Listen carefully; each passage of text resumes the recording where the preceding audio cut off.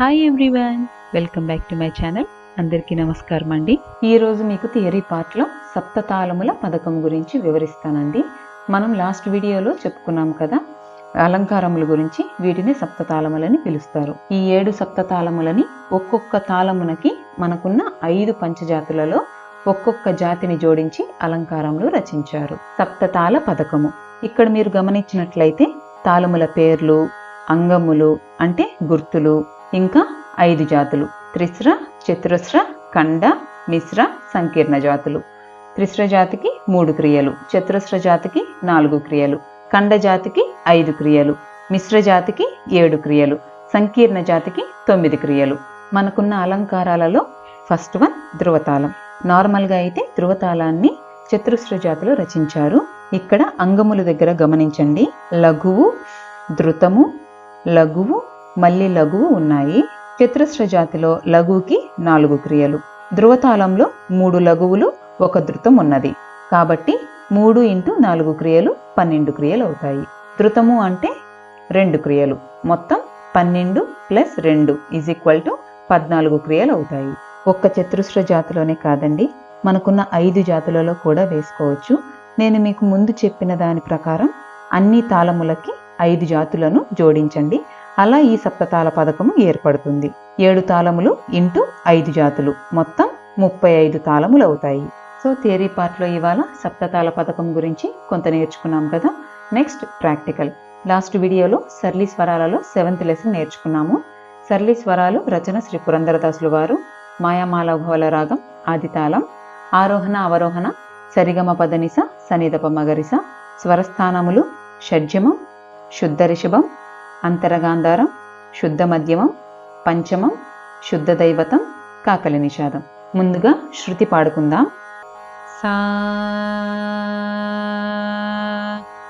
పా సా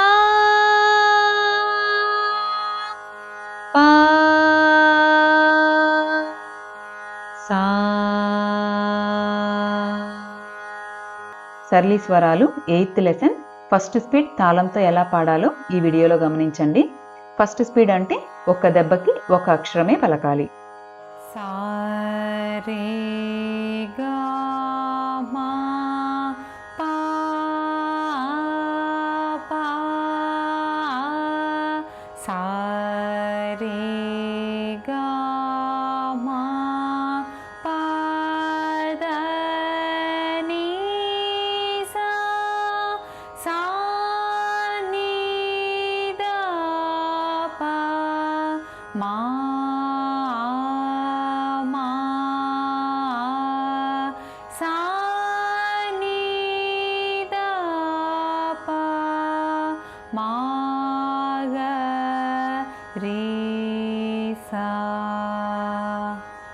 తర్వాత second speed. Second speed అంటే ఒక్క దెబ్బకి 2 అక్షరాలు పలకాలి. సా రే గా మా పా పా. సా రే గా మా పా ధ ని సా. సా ని ద ప మా మా. సా ని ద ప మా గ రి సా. Next third speed. Third speed అంటే ఒక్క దెబ్బకి 4 అక్షరాలు పలకాలి. సరిగమ పాప సరిగమ పధ ని సా. సా ని ద ప మా మా. సా ని ద ప మ గ రి సా. సో అంతేనండి, ఇవాళ థియరీ పార్ట్లో కొద్దిగా సరళి స్వరాలలో 8th లెసన్ మనం నేర్చుకున్నాము. నా వీడియోస్ అన్నీ కూడా మీకు అర్థమవుతున్నాయని అనుకుంటున్నాను. ఏదైనా డౌట్స్ ఉంటే కామెంట్ సెక్షన్లో కామెంట్ చేయండి. కొత్తగా ఈ వీడియోస్ ఎవరైనా చూస్తుంటే ఇలాంటి మరిన్ని వీడియోస్ కోసం క్రియేటివ్ మస్తీ ఛానల్ని సబ్స్క్రైబ్ చేసుకోండి. ప్రీవియస్ వీడియో లింక్స్ అన్నీ కూడా నేను డిస్క్రిప్షన్ బాక్స్లో ఇస్తానండి, ఒకసారి చూడండి. నా వీడియోస్ అన్నీ మీకు నచ్చితే లైక్ చేయండి, షేర్ చేయండి, సబ్స్క్రైబ్ చేయండి. Thanks for watching.